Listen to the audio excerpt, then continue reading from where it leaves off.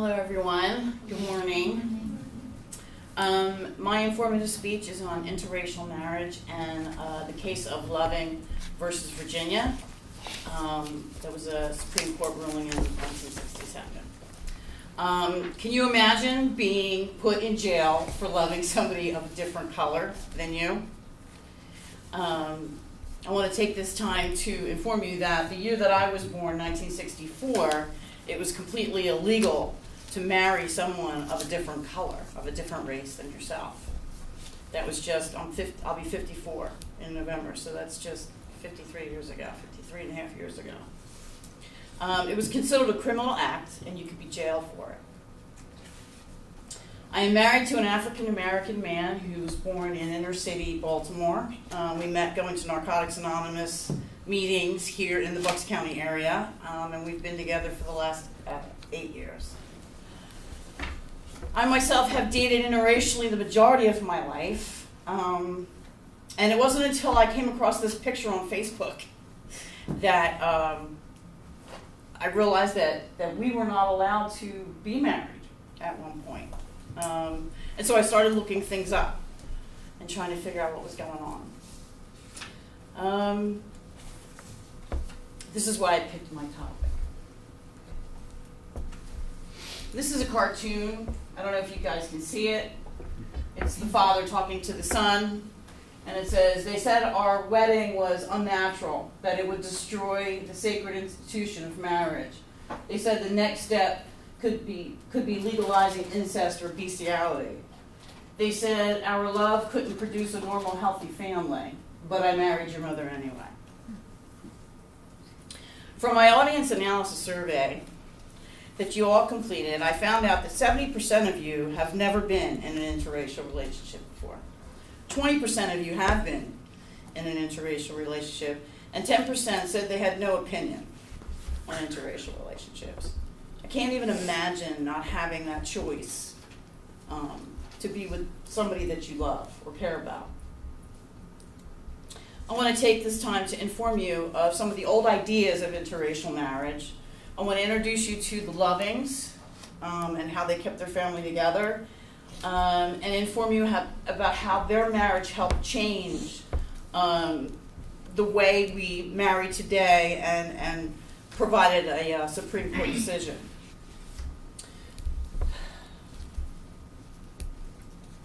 Some of the old ideas of interracial marriage that I researched from Britannica.com, and also an article called The Research on International and Interracial Marriages by Larry Barnett in 1963. Who is considered black? What is black? And in the colonial times, what they did was they had this determination that was called hypodescent, which meant the one-drop rule. This required that a mixed-race person had to be confined to the racial group of the parent with the lower racial status or class, which was determined by society standards who were mostly rich white men. So if you had one drop of black blood, that's what would happen. Because of this belief, blacks were believed to be inferior to whites. They believed that mixing the blood would destroy the purity of the white race. Maryland, in colonial times, passed the first law banning marriage between whites and slaves. A law that, among other things, ordered enslavement of white women who had married black men. The law makes no distinction between slaves and free blacks at this point. The law also doesn't say what happens to white men who marry black women. But as you might imagine, the white nationalists' government did not leave this question unanswered long. The Commonwealth of Virginia bans all interracial marriages, threatening to exile whites who marry people of color. And in the 17th century, exile usually meant a death sentence.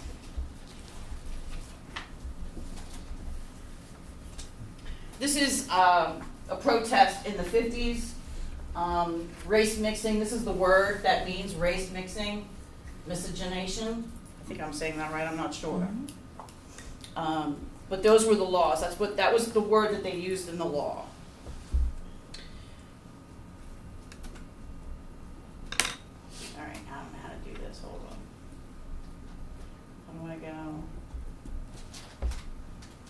How do I make this small for a second?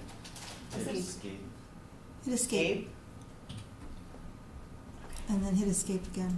Wait. There you go. Okay.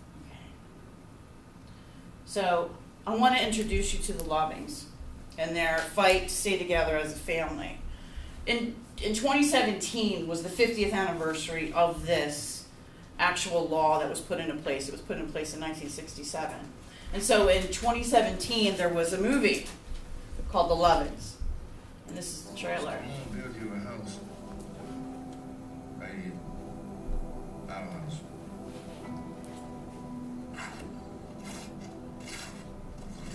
I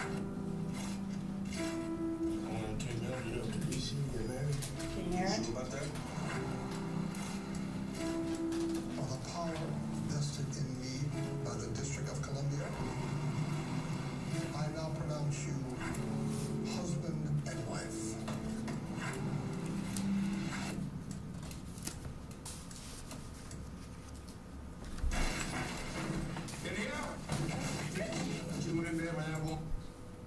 I'm not going to play the whole thing because it's a little long.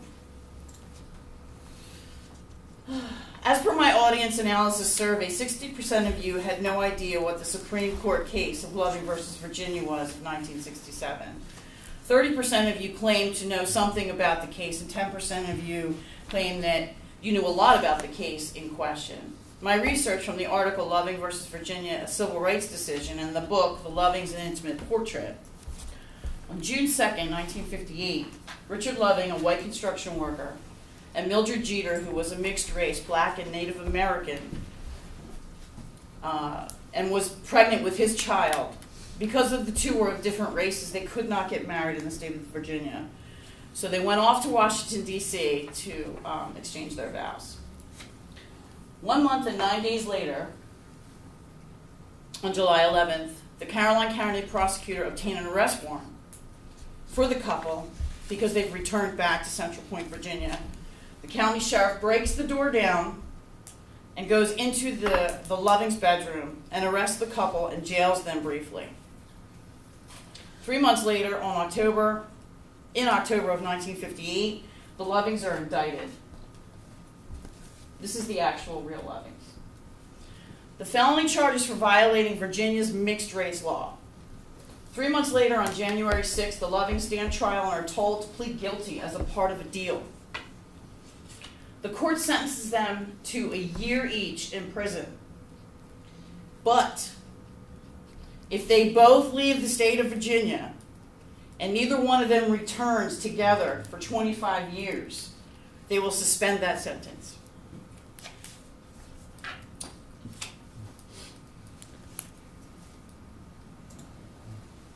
So Richard and Mildred Loving moved to Washington, D.C., and lived with Mildred's cousins and their family.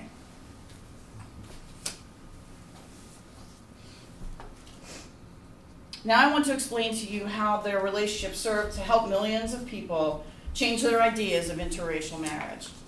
As per my audience analysis survey, the majority of you, 90% of you, believe that people should be able to marry who they want to marry. 5% of you said that if they have the same culture and religion, that it's fine. And another 5% of you said that you had no opinion. The last question on my survey asked, what is your parents' opinion? And 50% of you said that their parents are opposed to interracial marriages. 30% of you said that the parents would support it, and 20% of you said that you had no idea about what their thoughts were on interracial marriage. According to the Cornell University law text, Loving versus Virginia, and the book The Lovings, an Intimate Portrait, in June of 1963, Mildred writes to Attorney General Robert Kennedy and asks for help because she's still living in Washington, D.C., and she wants to move back to Virginia where her family is. Kennedy refers the actual situation to the ACLU, which is called the American Civil Liberties Union. 5 months later, in November of '63, the Lovings ACLU lawyer asked the trial court to vacate the Lovings conviction. The judge refuses, writing, and I quote, "Almighty God created the races, white, black, yellow, Malay, and red, and he placed them on separate continents. and but for the interference with his arrangement, there would be no cause for such marriages. The fact that he separated the races shows that he did not want to intend to mix the races. Over 2 years later, on March 7th, 1969, the Virginia Supreme Court decides to uphold the state mixed race law, but rules that the court should not have kicked them out of the state of Virginia.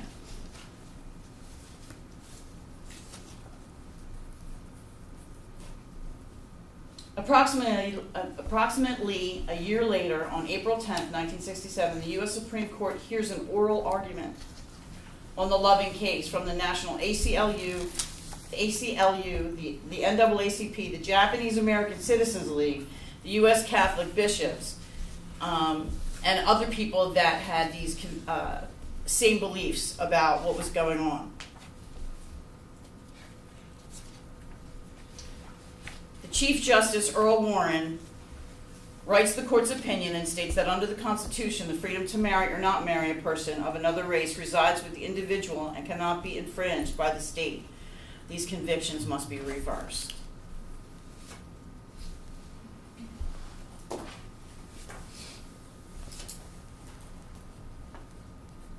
So the Lovings win their court case, and they're allowed to be married. This is the actual paper.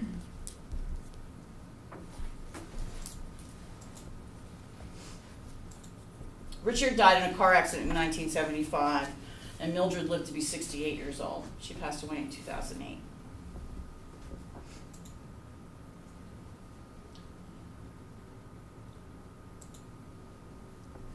I didn't realize how bad it was until we got married. That's Mildred. That's Years really ago Mildred. today, the U.S. Supreme Court ruled in favor of Richard and Mildred Loving, granting them, and anyone, the right to marry a spouse of a different race. It was a historic moment for civil rights in America, but also a very personal one. We asked couples to mark the anniversary by explaining what the Loving decision means to them and their families. These were simple country people who were not activists. They were not civil rights people. They were in love. You know, we're talking about a time when 40 states in America would regard us as criminals. And that's no longer the case. There's actually one simple issue. The issue is, may a state prescribe a marriage between two adult consenting individuals because of their race? My parents were completely cool with it. They met Errol quite early on. I think a year after, not even a year after we met. Guess who's coming to dinner, so of course he was concerned. So this was 50 years after, in 2017. In conclusion, Richard and Mildred Loving fought for 10 years to validate their right to marry each other and live in their home state of Virginia. The 50-year anniversary of the case was on June 12, 2017. People are still suffering due to people's beliefs.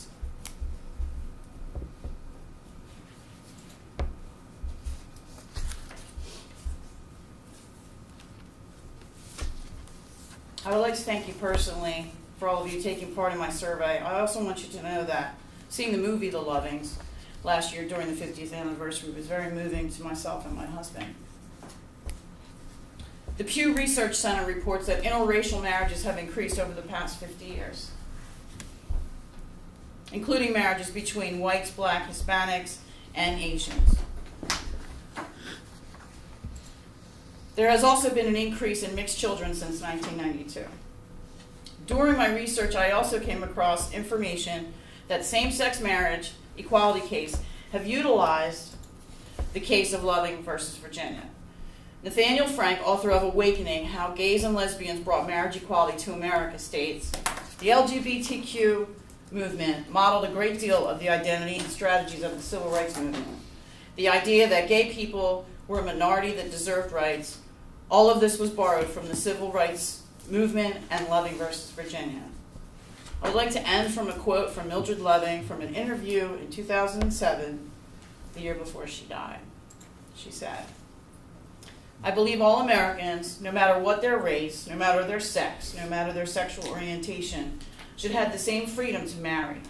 I am still not a political person, but I am proud that Richard and my name is on a court case that can help reinforce the love, the commitment, the fairness, and the family that so many people, black or white, young or old, gay or straight, seek in life. I support the freedom to marry for all. That's what loving and loving are about. And that was Mildred Loving, June 12, 2007. Thank you.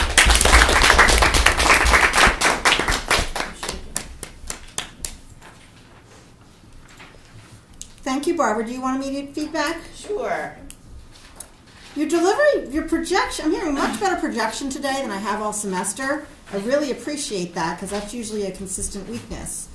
Articulation, the only weaknesses in your delivery, Barbara, were your vocalized pauses. So watch those vocalized pauses, those ums and the ahs. Don't cross your legs at your ankles for your gestures and body language. Be more concerned with your posture. And look up more frequently for your eye contact. The biggest weakness, and I have to point out quite clearly, was the length. You were over 15 minutes long. Oh, sorry. That's like 1/3 too long. I think the video clips distracted from your smooth delivery, and the second one was probably more valuable than the movie trailer. If you're going to use a video clip, get it out there more quickly, and you could also just quote from what people are saying in the documentary. The introduction, you hit all 4 main points, but don't introduce the topic first. Get right to your attention step. The intro was very long. It was more than 3 minutes long. Explaining that cartoon probably wasn't really necessary. And again, you were alluding to the LGBT, the gay marriage equality, which probably made it too long in your speech itself. Citations were very good, but you tended to just give them to us at the beginning of your main point. I would restate them later. I got this information from blah and blah. But at the end of that main point, remind us where you got that information from. And the summary, I didn't hear a clear summary in your conclusion. Make sure you restate your main points in the same order as your preview. Otherwise, a really well-researched speech. Thank you very much.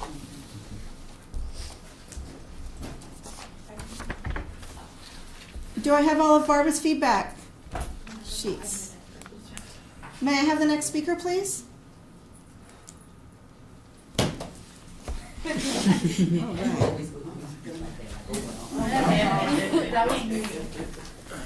Thank you.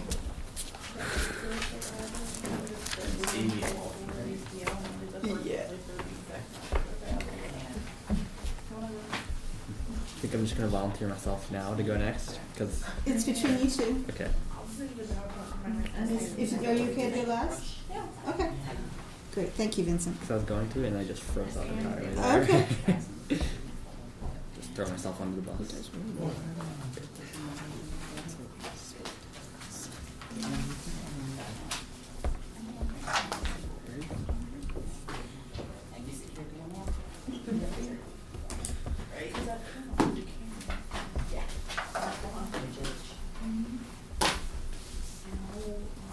One sec, I can put a picture.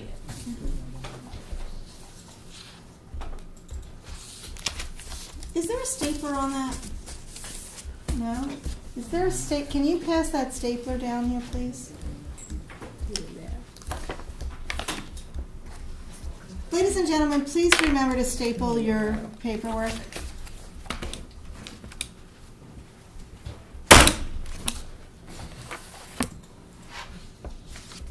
There's some gusto behind that. Oh, yeah.